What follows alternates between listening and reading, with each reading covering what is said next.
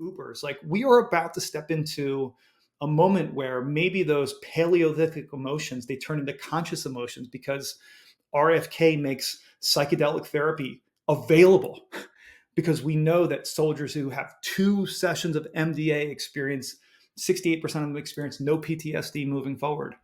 If we want to move our institutions from medieval, well, what do we have to do? We have to help them re-underwrite. The FAA can't be the one regulating drones. The FDA can't be the one regulating new therapies and technologies. We can't throw the baby out with the bathwater, but there's probably a different way to consider. Should the Catholic Church continue to say it's just a few bad priests? Should the government not expose what happened to JFK? Like, we have got to shine a light on these things. And then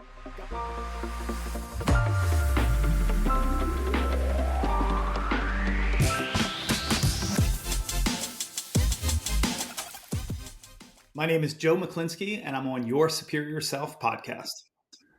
How weird is that for you to say? I mean, because like you're the guy that actually kind of started this whole thing for me.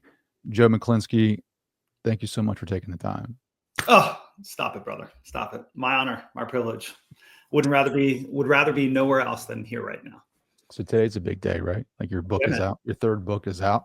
Who Says, which questions the status quo. And I love it because it goes down a couple of rabbit holes that I'm interested in, psychedelics, and then just consciousness exploration. Has that always been the case for you? Before we dive deep into it, I'm just curious, like, you know, you've always been a man of leadership and a man of high business standards, CEO of your own company called Shift. But when did you start getting into like consciousness? Well, look, man, my parents were hippies growing up. At least they were, from what I'm told, before they got together and had me. And my mom was always super spiritual. And so, we were constantly talking about the meaning of life. I have memories going on walks with her at like 7, 8 years old. We'd walk through the neighborhood and she would just ask me about, what I thought about life and what we were doing here. And, it got me interested in space. It got me interested in the things that we don't know. And, I just became a very curious person at a young age. And, I think you couple that with growing up hard. I know everyone has a story. Mine, relatively speaking to my experience, was pretty hard. And I think, you mix a little pain in with some curiosity in with, decades, and I find myself sitting here with you today, talking about consciousness. I wouldn't have said it that way, but I definitely feel like I've always been interested in this book in particular. I'm sort of obsessed with original thought. Like, I'm obsessed with our thoughts that we have, and the one before that, and the one before that, and sort of like where these things come from and how we tap into them. And when you look at art or you listen to music, it's like, it's uncanny. Like, we all know when there's something super authentic, super original. It's why we go to concerts. It's why we go to museums to see this stuff. We're in awe of someone's unique expression of how they see the world. And so, I just thought in a lot of ways, this book was a nice, I think, hallmark of so many moments, so many experiences, but in a lot of respects, a lot of homage to my parents and all the people that have helped me get here. So. Yes, 100%. And our brother Eddie too, which his story is in here in chapter 9. And it really kind of dives into that more so at how he's influenced you.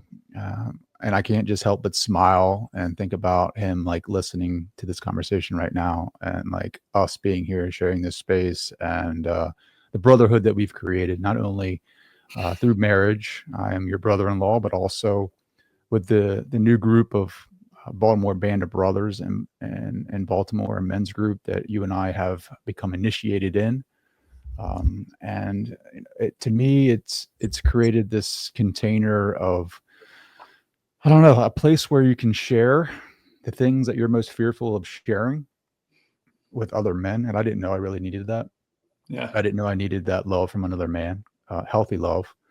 And I didn't know it was healthy. I didn't know that it was okay. But even just like, looking up to you as a mentor, the love that I feel for you the entire, 15 years that I've been with Marissa, or 16. You might want to You get know, um, that. but who says, right? Who says we can't feel love for another man? And a lot of that is societal, patriarchal models of like, programs that we've grown up with. And I'm just, looking back at your book and reading through it. How important is it for you to like teach James, teach Ellie, right? To be different? Like, what does that look like? How do you be it? How does knowing this information change you as a man? So I'll answer that in a couple different ways. First, you mentioned our brother Eddie, who, God bless him, who recently passed about 1.5 years ago. I would say I had him as a mentor and father figure. I had one of the best fathers in the game, with my biological father. I had, my biological mother, who was just an amazing soul. And then I had a stepmom who, again, is like an angel placed on earth. So I had 4 very strong figures in my life growing up, who all had a mix of everything, and I think from, a male or a masculine perspective, both of my father and my brother had kind of the gentle side. They had a big heart. They had the ability to feel their feelings. They had the ability to fight for others. They had the ability to have empathy and compassion, but they also were very strong men physically, and otherwise. They let their presence be known. They were humble, but strong when they needed to be. And so I had these marks literally put on me, running all the way up to this place. And I think to answer your question about our kids, Ellie and James, in a lot of ways, I think the best parenting advice I've ever been given, which is, the best lessons are caught, not taught. And so I definitely am known in the house to have, the kids saw my TEDx talk a couple years ago. So every time I go on a little bit of a soapbox rant, they call it a dad talk. Ellie wants to brand this, not a TED talk, but a dad talk, which is when I start talking and I go about 5 minutes longer than I should, when I lose everybody's attention. And I try to make a point heard or felt, but I think like in a lot of respects, when you said like all of this information, I know, they're ultimately, it's just felt and lived experiences. And I think that's what we all have. Part of what I'm trying to say in the book is I don't know more than anyone else. I think part of what we've, in a lot of ways we default to is something I call the authority bias. It's like we look for the sage on the stage. We look to be told what to do to some degree because it's how it was always done. It was our parents, our teachers in school kind of conditioned us not to ask the tough questions. And I think in a lot of respects, what we try to do in our home is, just make space, make space for conversations, make space that's safe, where things can be brought to us that would otherwise feel like no-nos, and also just humanize us. I think in a lot of ways, again, the version of leadership or the version of being a parent, that you're up on this mountaintop, that better, or that you, just because you are older, the ways. Like, I think all of these axioms need a software update. They need to be underwritten, in terms of like what could be, I don't know, just a different way to think about life and a different way to travel through this. So with our kids, I mean, I think the number one thing I've tried to instill in them, and I share a quick story in Who Says about this. Ellie was like 5. No, she was about 6 years old. And we were down the beach, and she's very inquisitive, very curious, like her father. And she jammed me up about Santa Claus. And so if anybody's listening to this with their kids, you just, what's coming next.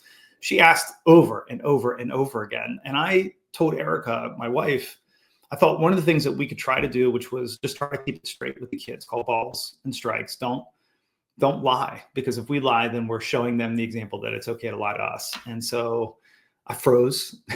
She kept asking me, she jammed me up a little bit. And I was like, I called Erica in and I said, I think we have to tell her. And so, we tell her, and I remember 2 weeks later, she's asking me another question about something I have just zero idea about. And she just like looks at me like, come on, dude, get with the program. And I'm like, hey lady, I don't know what I'm doing. She's like, what do you mean? I was like, I'm literally making this up moment by moment. Like, I've never been a parent before. I've never had a daughter before. I mean, we're all making this up moment by moment. And I think we often forget that. At least I do. And I think it's a good reminder just to, kind of ground us in, we don't know what we're doing. Well, we just continuously evolve. To your point, moment by moment. I just want to hit on something really quick. So in the book, you wrote a letter to your future self, the 90-year-old self, Yeah. and you talked about it was pretty powerful. I mean, I feel like this entire book is just like so vulnerable. But you talk about exploring the depths of your consciousness, and I'm curious to, thus far in your life, what have you found in studying in those depths of consciousness? Like, who have you found out to be the Joe, the observer, but behind the eyes? Like, what does that look like? I think I'm still trying to figure that out. I think making progress towards getting quiet, being still, feeling calm, getting out of my body, getting back in my body, feeling in my heart. I feel like I have had moments of oneness where I feel like I'm connected to everything. I have a pretty good meditation practice on a daily basis. I, have tried other things to alter my state, whether it's a float tank, or, breath work, or some of the other things that you are going to read about in the book. And I think one of the things I really appreciate, like when I'm there, I feel home.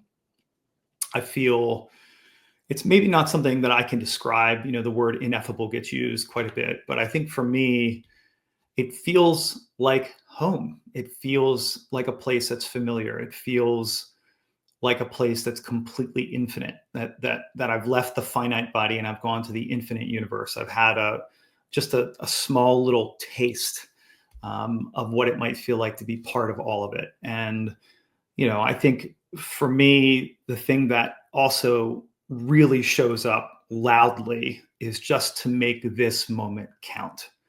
Like every single moment, like to just wring out the life that we possibly can, that we're experiencing on a daily basis, on a minute by minute basis. And so, I think those are the things that I sort of take with me. And I think the other piece for me that I'm constantly trying to figure out is like, who am I?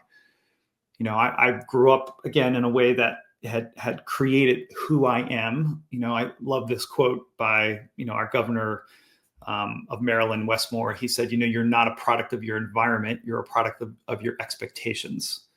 And so I think about the expectations I placed on myself. I think about the expectations that others place on me. And as someone who's been responsible for others for a long period of time and running businesses, or co-leading our family, or in other endeavors that I've tried to be part of, a community group like the one that we're a part of, I think I often sometimes get caught up in the version that I am, looking from everyone else's point of view. And I think at the same time, I don't think we get enough chance to think about like just what do we really like?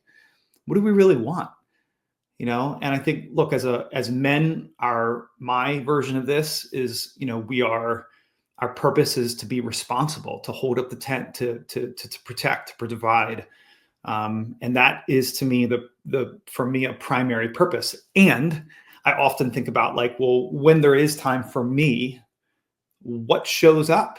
And I'm still learning that, dude. I'm still figuring out, probably the most I've ever been. And in a lot of respects, like this book is almost like work for me to figure out, like, who says this is the way to think about it? Who says I am on the right path? Who says it's got to be the way I've always done it before? Who says I can't have more courage and freedom, and really think about things very, very different? So, I wrote this book, mostly for me, as a way to really help ground me, but at the same time, help me rise up to become something that, I think, look, the death thing and the 90-year-old letter and these things, to me, I think are reflective of something we all know inside of us intuitively. I heard this quote once from a guy named Tucker Max. He said, my version of hell would be dying and then meeting the man I was supposed to become, or that I could potentially become. And I think like that really resonates with me, which is like, I don't want to leave anything on the field, man. I want to make sure that I do good by the people that got me here, helped me get here. And I honor this opportunity because I am clearly one lucky dude. Having said all of that, reading all the literature on all the things that are in this book, and it goes from UFOs, UAPs to psychedelics research and questioning the status quo of like, who says, Like who says like what I'm trying to achieve is actually what I'm trying to achieve?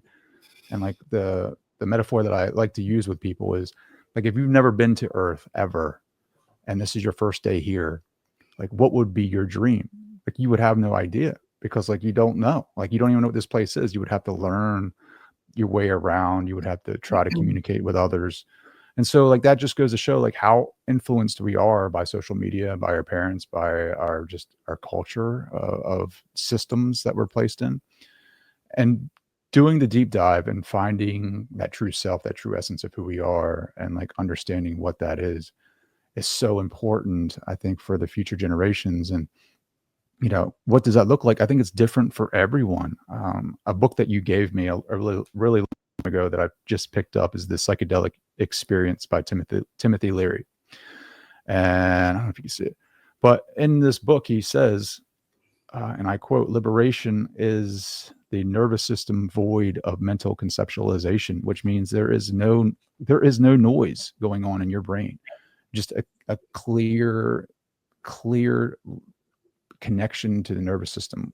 So if I think about that, you know, what around me has that? And you and I make fun about my dog Racy, but like that's the only thing I can think of when it comes to liberation is my dog is liberated because she Yeah. doesn't have a mental conceptualization of self.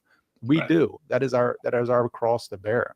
Right. We move forward in life, and I think it's, to your point earlier, it's moving through each moment to moment, learning who we are and what we're not. Um, which, you know, reading this book as a leader in the business world, which I feel like you come up against a lot of stigmas, a lot of patriarchal models. Like, how does this change you? Like, how does consciousness research, how does consciousness exploration with psychedelics, with meditation, with just kind of looking in the fringe of science, how has it changed you as a leader? Yeah, well, I mean, look, my place to play is the workplace. I have spent the last 24 years helping to change the way people work so it transforms the way they live. I have this fundamental belief that if you do something for 8+ hours a day and it doesn't fill your cup, how could you possibly go home or leave your home office at the end of the day and be the best mom, the best dad, the best partner, the best parent, best global citizen that you possibly could be? Like, it's like going to the gym, every single day for 8 hours, but instead of working out, you're eating pizza and drinking beer. Like, you would look different after a few decades. And I think in a lot of respects, the most backwards thing we do is work. The most backwards thing we do sometimes is business. Now, I'm a massive fan of capitalism. We can get down that rabbit hole later. When it's practiced well, when it considers all stakeholders, when it does no harm, when it's a free market, when it's not nepotism. But when you think about it at the end of the day, the thing that I really talk a lot about in this book is the subject of power. You mentioned patriarch, and that's definitely there. But I also think, like, if we zoom out further than that, there are lots of power structures that we are sort of leaving. So if you think back to the days of kings and queens, and monarchs and empires and kingdoms, and then institutions like, God bless the Catholic Church to some degree, but at the same time, I have fundamental challenges with, almost damn near all of it. And when you look at the way in which they developed these power structures, it was my way or the highway. There is no room for amendment. One of the most amazing things about this country was that we built a constitution and a framework that has the ability to be amended. It is by the people, for the people, not for the people up on high. And then when you think about what's happened in corporations, we've got the war machine, the food machine, the big pharma machine. What's happened over the last 30 or 40 years, they've sort of taken over this power structure that I think we all intuitively know. We all intuitively know that they may not all be evil people, but there's perverse incentives. We know that there's this like shape of every organization that looks like a pyramid, which it laces a code. This code is the thinkers up top, the doers down below, which is what Henry Ford really, one of the things that he's known for. And so what does that do? It builds out what I would call an adult to child relationship, where you tell grown adults where to be, why to be, when to be, how to be, and who to be, versus an adult to adult culture which is like, instead of trying to hold me accountable, right? Which is the buzzword in business. Like it's a way for people to try to control the outcome. It's a way for us to have more certainty in the output. And what I would say is, look, there's evil people in the world and there's lazy people in the world, but the vast majority of us wake up in the morning and we want to do a good job. We want to make the day count. We want to feel like at the end of the day, it was worth it. It being the life force I exchanged for the time that I put into something. And so if that's true, to me, it's less about accountability and it's more just about what can you count on me for? That's a exchange mutually of a conversation that does not try to put one person above the other or get into a win-lose mentality. And even get one more step further. When you think about warfare, the language of warfare is, power. It is, we've got to launch a series of campaigns. We've got to annihilate the competition. These are also phrases we use in business. Create a PowerPoint, right? We've got to launch a marketing campaign. We've got to crush the competition. Like, it is embedded. The words matter. The frequency in which we play this game, the sport of business, it matters. And so I've long held the belief that there are companies like Patagonia that have decided to widen their circle of concern, have decided to treat their people like humans and adults. They've also found a way to outsmart, outfox their competition. There are other examples like this where if you can use business as a force for good, you can literally shift the purpose of business. And again, keep the framework of meritocracy and capitalism. Get beyond the vestiges that we've all lived from in terms of the things that have happened that we no longer want to happen moving forward. But also keep in mind the people that are living today, most of us have participated in this patriarchal system at some degree, but a lot of us would choose not to. So let's figure out a way to do that. And I think the best way, Gandhi said it. We heard this recently, you and I, at a breathwork session. It's like, you've got to be the change. And I think often I will find myself in this mode sometimes too, which is I'm pointing out, like, how can I change this? How can I change that? And I think we got to take care of ourselves first. We've got to do this at home, and I look up to you. Like, think about the journey that you've been on with this podcast. I have been in awe. I've been inspired. You've had hundreds of conversations with some of the smartest people in the world. And again, like, here's an example where, like, who said you couldn't do it, right? Who said you couldn't do this plus 3 more things? And I think, again, instead of trying to fix all of the external things that need to be fixed in this world, you embodied the example of, I'm going to do it first for me. And I think that's, to me, the name of the game. Well, thank you, my brother. Thank you for that reflection received here. It's pretty impactful just to hear you say that. I think, you helped me start this just by giving me inspiration to believe in myself. Like, that self-worth was not there. I didn't think I had a voice. I didn't think that I had the worthiness to say anything, the authority to say anything, but we all have perspective. I think, we're all connected in a way, and we're all like individual kaleidoscopes of consciousness. So in that, you're already worthy of, like, your point of view or your perspective. It's just like finding that perspective is the hardest part, because it's like, how many of us really know what our perspective is that hasn't been, like, influenced by external sources? And, like, again, people are going to read this book and they're going to, like, oh, he's so right. He's right on the money with this. And they're going to look for other things, other resources to look for the answers. And it's like, bro, sister, it's inside. Like, you really have to go inside and internally. And I think the psychedelic coming home to yourself chapter was very insightful for me, because it actually is an account of your experience. And I would really like to tap into that right now. Could you, like, describe, like, the awakening, the invitation of self-actualization chapter?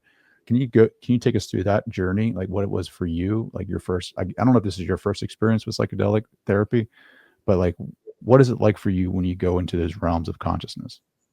So this is breaking news, Trey. I've never talked about this publicly. So for all those, hot take. Oh yeah, here we go.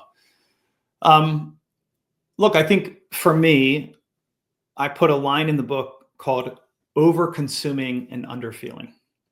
And for me, what became apparent was, there's an analogy someone gave me once that said, like, if you had a smudge of oil or black dirt on your face. Like if you try to wipe it off on the camera, like it's not going to wipe it off. You got to wipe it off on you first. And so I had wiped all over the place outside. I had built a company like Shift. I had started a foundation. I'd been on a half a dozen boards. I had given a ton of dough. I had worked on the ideas of mindset and culture. I had tried coaching, therapy, breath work, Reiki, all of these different modalities. And, through about 15, 16 years, nothing really felt different inside. It got pretty low for a moment there, and I couldn't figure out what I should try next. And so I'll come back to that, what I should try next here in a second. But in one of my first experiences, it wasn't the first experience, but in one of my first experiences that I highlight in the book, so one, I've been sitting on this for 7 years. I've been doing this work among other modalities for almost 30. And, I felt it was important to do my own work before shouting to the rooftops that everybody should go do psychedelics. And so that's not the message today. I think these can be incredibly powerful tools. I think in particular for folks who have severe PTSD, to which I would have not thought of myself as one. But having gone through these experiences, it's clear I had a ton of really hardcore PTSD from how I grew up. With the violence and some of the other things that I saw growing up and things that I had experienced. And so for me, I went through this experience that I highlight in the book. And this is not to be done, in my opinion, in your basement by yourself or in the woods or with someone who just did a session for the first time. They talk about scene and setting and dosage. There's a lot of energy and preparation that goes into these things. And, my first experience was one of my first experiences that I talk about in the book to get this thing out here. It was, again, one of the most profound things I had ever felt. I just felt like the wire that was wrapped around my axle finally began to loosen up a bit. Like I felt safe enough to let go. Like I had been white knuckling the steering wheel for, let's call it 39, 40 years at the time. Really, really hardcore. And, I was someone who tried a lot. I threw the kitchen sink at things. I never wanted to be thought of someone who didn't leave again at all on the field. And so what I had this experience for a few hours is I had the ability to let go. That term gets used a lot, but I had lived it. I had felt it. I had felt myself being held. I had felt myself leaving my body. I had felt myself able to see almost a bird's eye, guide's eye perspective of my life and my journey in this life through the eyes of my mother. And I would just say that was, as profound as it gets, because I could see myself struggle. I could see myself hurt. I could see this little boy who was in pain. I could see this boy who went through so much.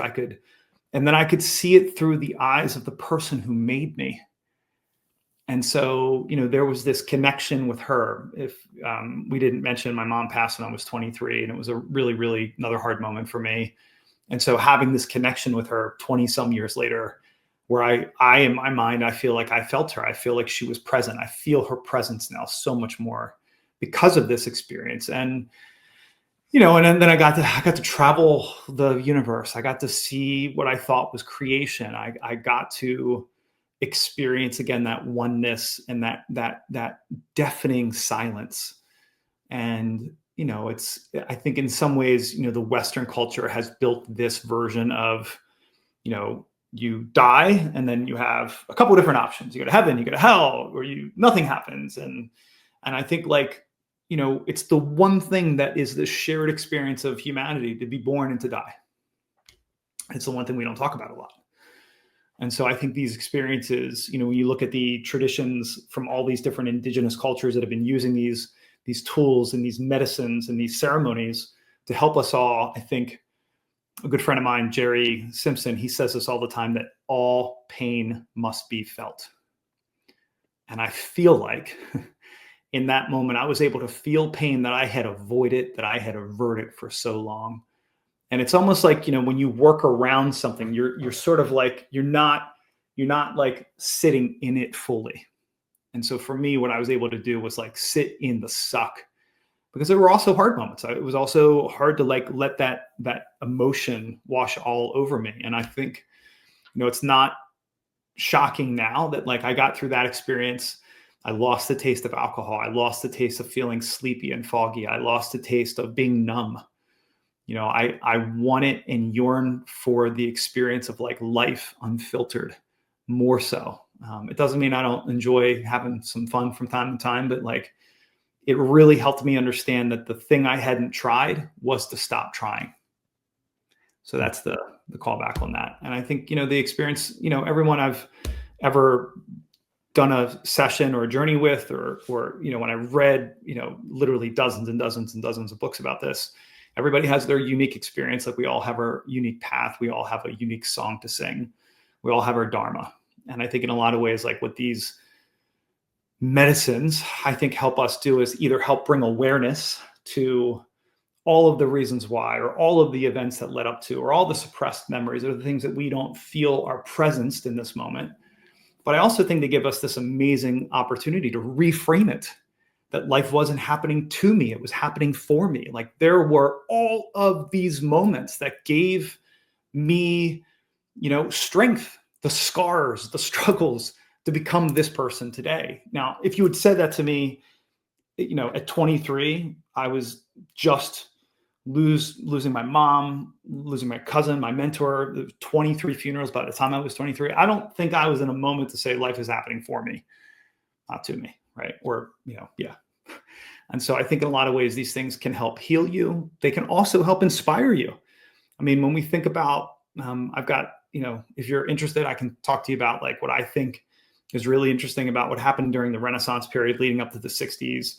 Like, we got this amazing amount of inspiration clearly from these medicines and tools. And you can see it in art and cars and design and music, civil rights in the 60s, and then it stopped. And, if you rewind the clock back down to the Renaissance period, right before the Renaissance period, the Gutenberg press, the thing that created all the Bibles, right? We had one version of the Bible up until then, and then we got lots of versions of the Bibles in 1440. We democratized information, and all of a sudden, again, we've given people a chance to see their version of the truth. And then we leave the Middle Ages, the Dark Ages, to the Renaissance period, because we brought in all of these amazing thinkers and these artists and these creatives. And we literally got the scientific revolution and we got art. We got Michelangelo and Leonardo da Vinci and the Sistine Chapel and David, and all of these things rolled around. But the thing that people don't talk about is the thing that was happening in Italy at the time was that we also got coffee. We stopped drinking beer. We stopped numbing. And we became sharp and focused. And that's sort of what, if you follow it all the way through to the Industrial Revolution, like what picked up the pace of where we are today. So I'll shut up here for a second. But no, man, I love it. I love listening to you talk. I just feel like you're so freaking smart. Like Marissa, for people who don't know, Marissa's my wife. We're always talking about how crazy smart you are, and we may understand you like half the time. But I love just kind of chopping it up with you, because it like it opens perspective as far as like, what the possibilities are. So going back to the psychedelic experience and then actually having your awareness in your mother's body, did you experience the emotional states that she was experiencing when she was looking at you? Yeah, I just felt like, if you could imagine a canvas is the way I think about it. And there just were parts of the canvas that had not been colored in with emotion. And so what felt like my ability to sort of like hold space for her, my ability to, again, sort of put myself in her shoes very simplistically, I was able to feel, what it was like to, she gave up her dream of being on stage for me at 20 years old. All she ever wanted was to be an actress. All she ever wanted to be, was in California. My dad, incredibly hardworking, humble man, did not have a father. He had 5. His mom married 5 times, twice to the same guy, but never really had a father figure in his life. And he just wanted stability. And so these two young people came together at such an early age. I could feel their love for each other. I could feel their sadness. I could feel her hurt. I could feel her disappointment in her inability to live in this 3D world. She was a 5D kind of person. And so, we just struggled: food stamps, empty refrigerators, went to 5 schools in 5 years, lived on people's couches, always asking people for money, always asking for help from people. And it's not because she wasn't a strong woman. She just was sick. She was in and out of the hospital with diabetes. She just did not have a good lottery ticket. She did not get a good experience here. And the thing I felt also inside of her, which I always knew this to be true, but like it hit me differently, which was she was so fucking proud of me, dude. And like, she was bragging about me from one Sunday to the next. And I took that for granted growing up. I mean, I do have these memories that I learned at an early age that the more that I achieved, the more that attention I got, the more love I received. And so that became my loop. And so I became good at winning things. I became good at becoming good at things. I became good at learning. I've thrown myself in some crazy environments, and I, sort of just have figured out how to learn quickly. And I think like what it gave me just was a massive amount of love and respect for her. And I think it helped heal my part of our relationship and gave me more grace for her. And again, not that she needed to be forgiven, not that I was like mad at her per se, but I think I can see my life differently. And I think in a lot of ways, what that does for me today is I'm a little less edgy. I'm a little less chippy. Maybe I'm a little more patient. And I think, I would have, for most of my life, not been patient with myself, really tried hard to be patient with others. And I think I'm learning how to be more patient with myself. And, I think hopefully that caught, not taught moment is happening with the kids. I think, hopefully, and I'm pretty sure about this, but, my relationship with my wife, Erica, has really, it's a magical carpet ride. I mean, we pinch each other every day, went from good to great to something spectacular because of, some of the experiences I've had. It's been 5-6 years since, and, we haven't had really a dip. It just keeps getting better and better. And that's a big testament to her, because she had the patience to wait. She had the persistence to keep at it with me. She's always seen me. But she's, what I've also experienced, and this is going to be a little woo here, but she's always had this relationship with my mom. Now, keep in mind, they've never met. My mom passed away before her. Erica has had a vision and a dream recurring before we got engaged, where my mom came to her and said, just be patient with him, which that's not like dead on. And she's come to her throughout. And, I definitely feel like, my wife has a little bit of a witchy talent in her. And, I think in a lot of ways, like what's come really through to me is that, Erica loves me as much as my mother did. Mm. And I think you don't have to worry about being woo on this show, by the way. No, I know, but like I totally open it up. but I think like, what man, speaking of men's groups, or, trying to figure out how to be a strong, safe man, and be the man that we get to be. It's like, I think in a lot of ways, what fills our cup up is intimacy and connection. And, it wouldn't sound like what, manly men need, but, in a lot of respects, like feeling the love, romantically and otherwise platonically from my lady, like I had with my mom, is, a little weirder, but, I think that's, I'm sure some very smart PhD psychologist could tell me what complex that is, but yeah, I can just hear Freud talking right now in the back of my head. We've had many discussions about your experiences, and one of the discussions was like you re-entering that source state or merging with source. And I'm curious to the love that felt like for you. I know we can experience a certain level of love here in this reality. A lot of it is conditional, but like when you go into the psychedelic world, the different realms, the different dimensions of reality, and you merge with that oneness to the best of your ability, like how did that love, what did that feel like? it is like the most warm, soft, strong hug, love pull imaginable.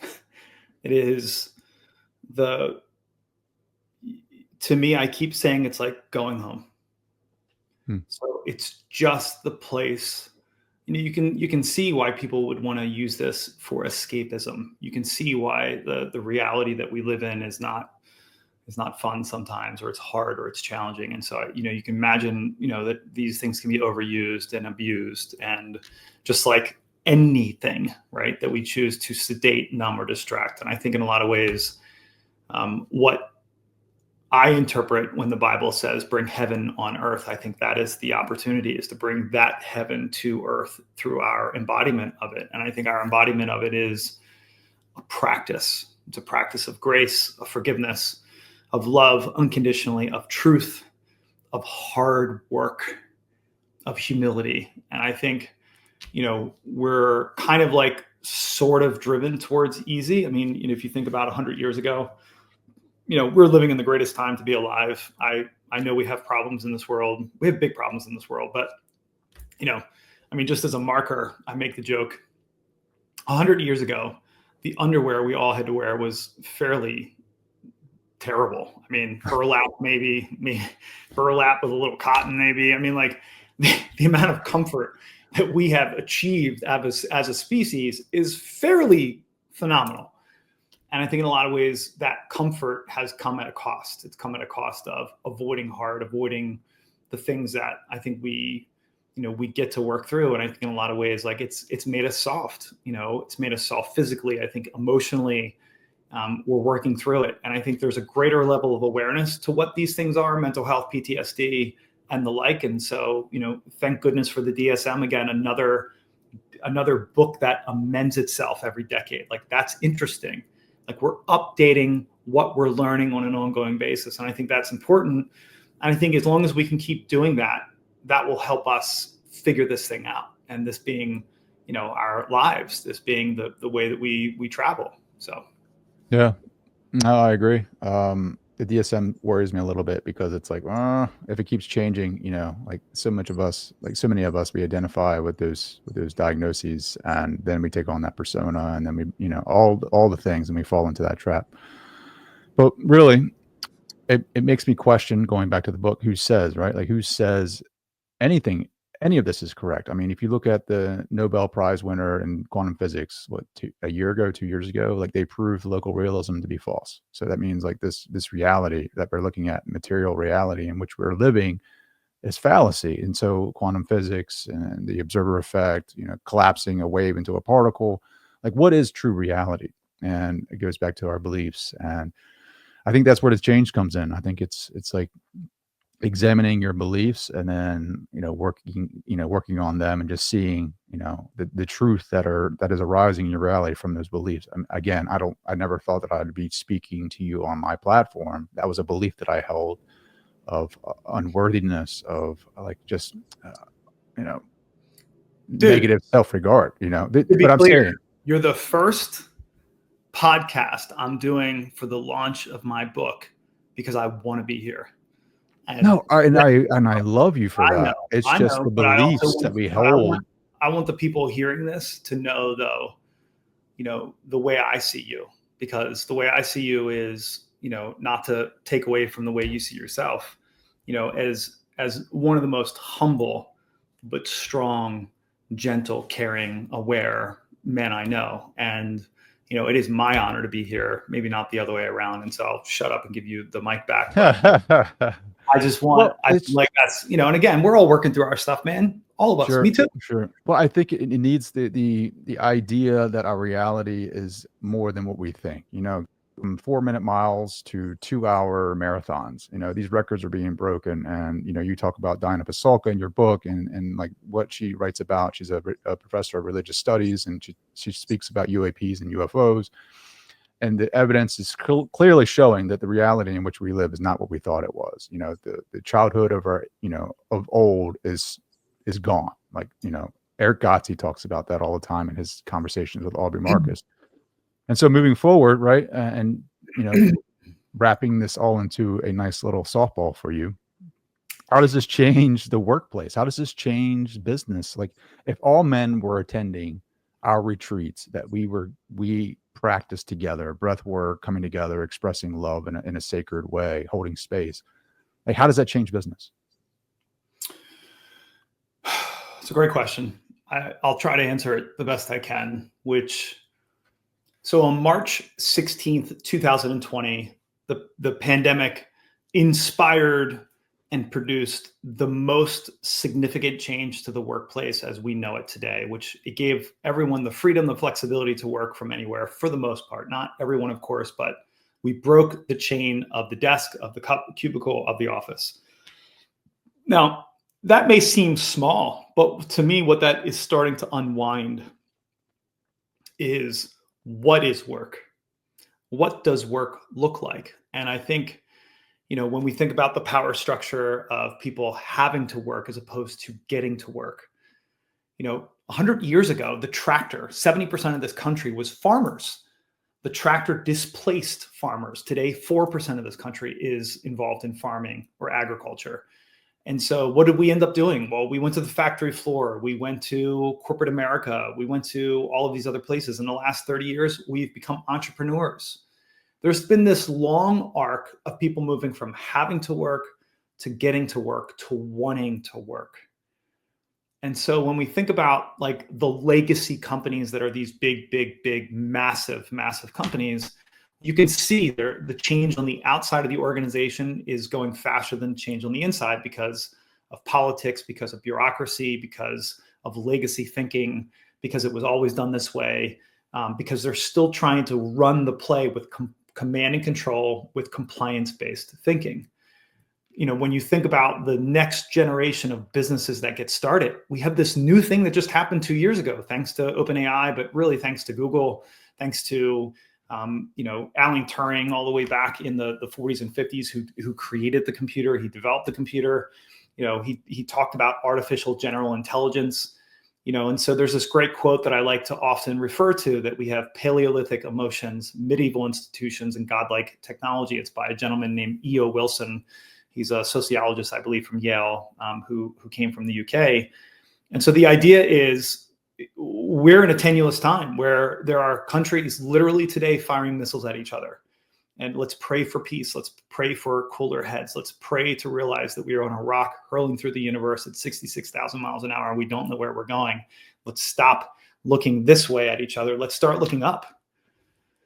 And I think the story that gets rewritten, is that, look, no one wants to lose their place in line. We climb the corporate ladder. We climb the ladder of understanding. We climb the ladder of resources, and we don't want to give it up.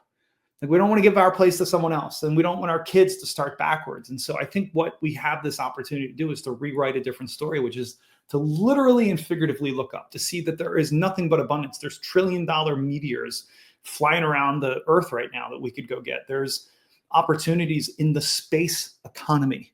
I said the space economy. Do you understand, like, in the next 5 to 10 years, we're going to Mars. We're going to be, you and I are going to space. Tell your wife we're going to space. We're going to go up, we're going to come back down. It's going to cost a lot of money. You know how hard it was to get her to go to California? You're trying to get her to go to... I'm just talking you and me, brother. I'm not talking the whole family. We're not all going. But like, the point I'm trying to say is, like, the same way when the country was founded, new land, new territory, the gold rush, like, we're going to keep exploring and finding things. And so in the workplace, what does this mean? I think you can widen your circle of concern. You can look at the person as a person. I think we can start doing a lot more with less. Whether you love him or hate him, I really don't care. I think Elon Musk is going to go down as one of the most significant humans that ever lived. What he did with Twitter in reducing the headcount from 7,000 full-time, 2,000 contractors down to 1,500 people.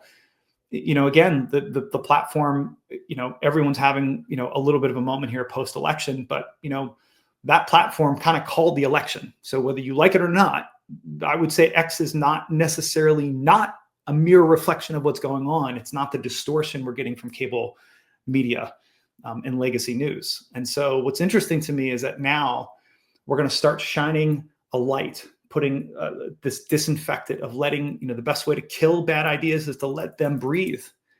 So Glassdoor is letting bad ideas breathe, of employees who've had a shitty experience at their job.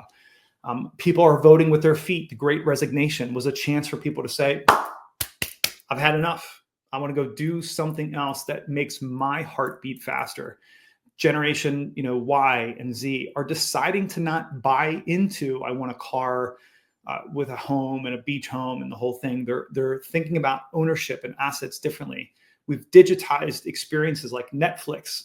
We used to go to movie theaters. We've digitized homes into Airbnbs. We've digitized cars into Ubers. Like, we are about to step into a moment where maybe those Paleolithic emotions, they turn into conscious emotions, because RFK makes psychedelic therapy available, because we know that soldiers who have 2 sessions of MDA experience, 68% of them experience no PTSD moving forward.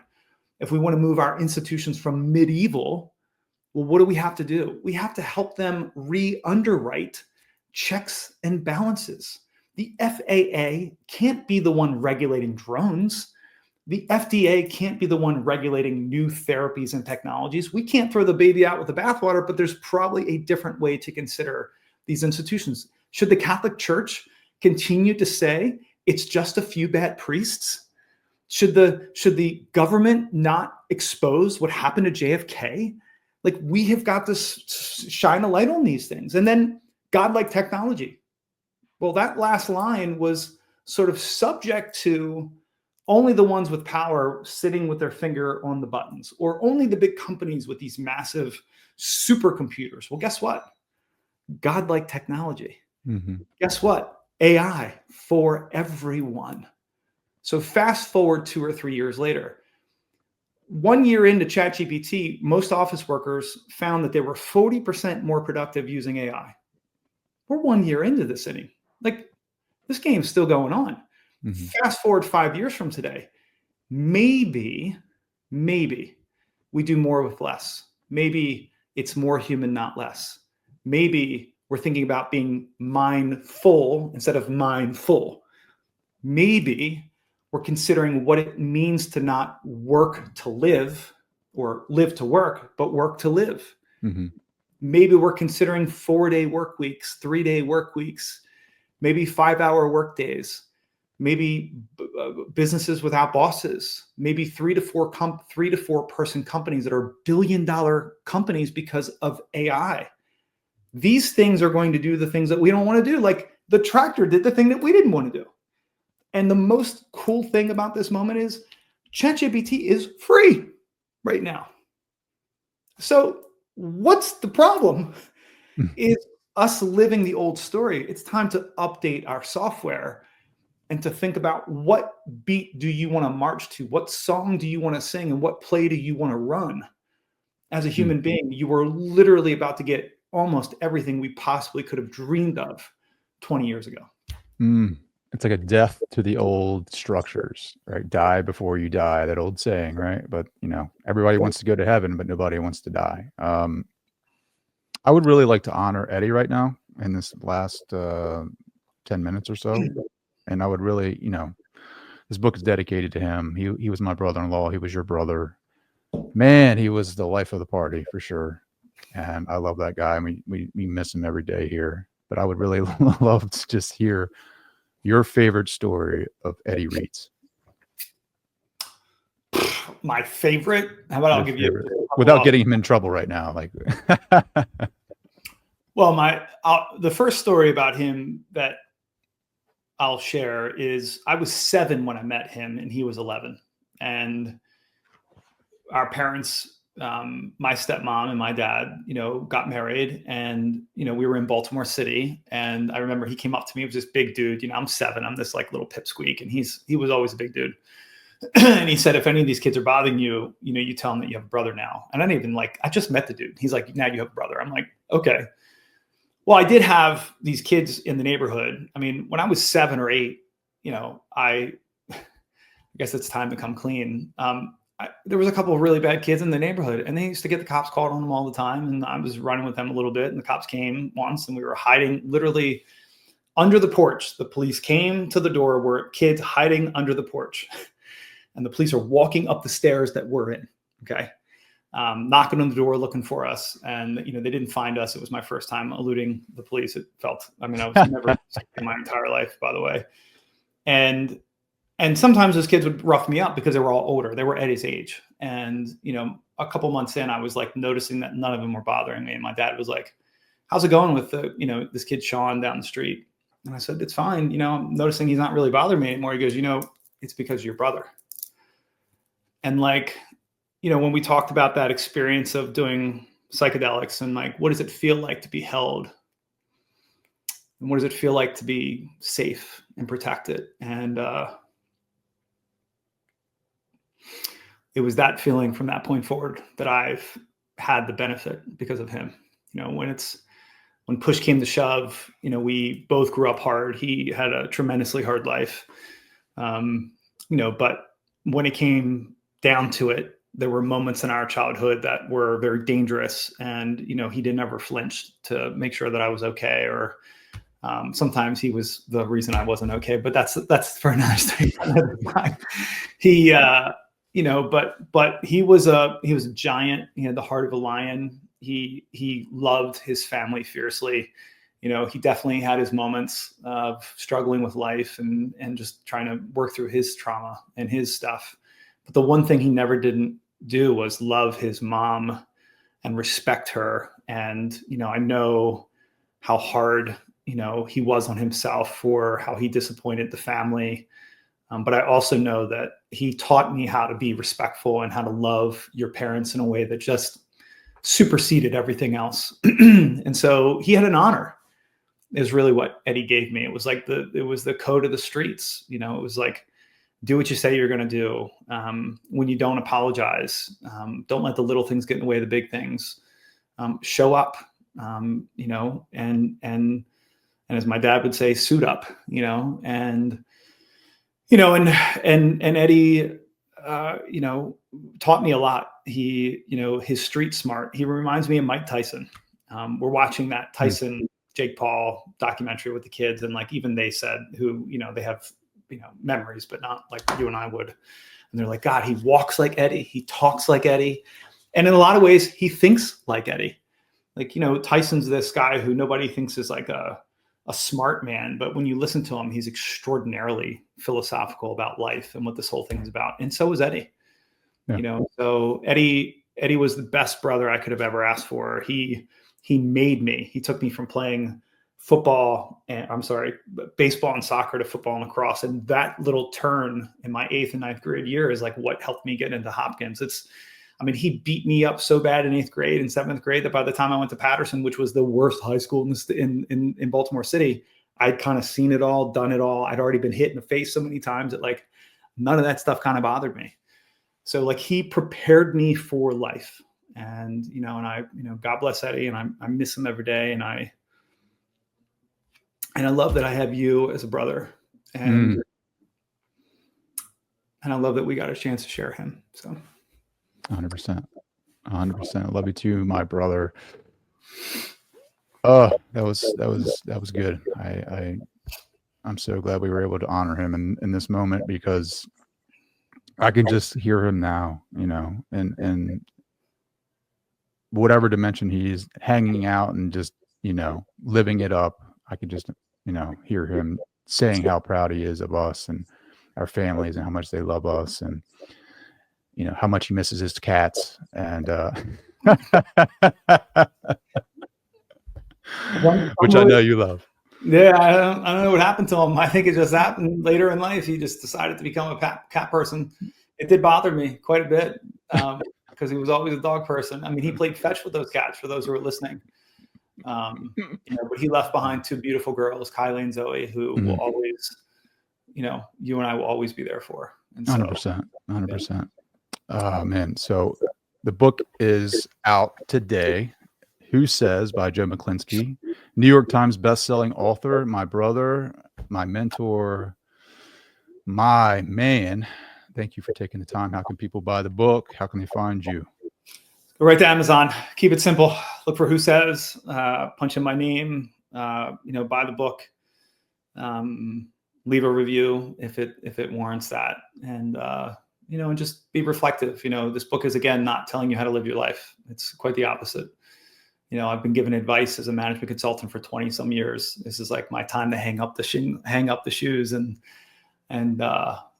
follow my own beat. So Beautiful. Lastly, what's on your heart you want to share in closing out? My love for you, man.